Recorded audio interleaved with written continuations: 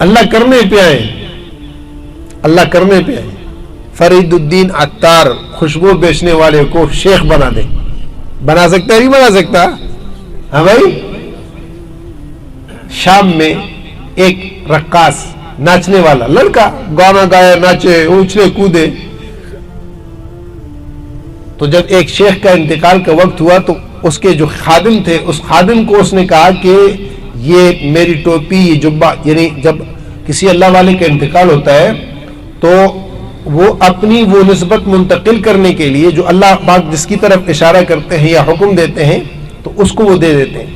تو اس بزرگ کا جب انتقال ہونے لگا تو انہوں نے اپنے اس خادم سے کہا کہ یہ میرا جبہ، میری ٹوپی، میرا سام، میرا پیالہ، یہ فلاں محلے میں فلاں آدمی ہے، اس کو جا کے دینا اور مجھے فلاں جگہ پہ دفنا دینا۔ یہ ساری باتیں جب وہ انتقال ہو گیا، وہ ان کا جبہ، ان کا وہ لوٹا، ان کی وہ عصا، وہ ساری چیزیں لے کے وہ ڈھونڈتا ڈانٹتا اس محلے میں چلا گیا، پوچھتا پاچھتا رہا کہ بھائی یہاں فلاں آدمی رہتے۔ اب ہر ایک اس کو تعجب سے دیکھے کہ یہ آدمی تو نیک صورت نظر آ رہا اور جس کا نام پوچھ رہا وہ تو ناچنے تھرکنے گانے والا آدمی ہے۔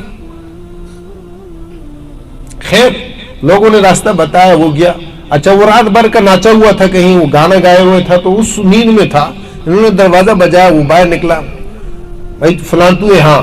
اس کے ہاتھوں میں مہندی لگی ہوئی، عجیب حال بنا ہوا۔ اب اس نے کہا کہ حیران ہو گیا کہ میں کیا کروں، پریشان ہو گیا کہ امانت بہت اونچی ہے اور آگے آدمی ایسا ہے، میں کیا کروں، کیا؟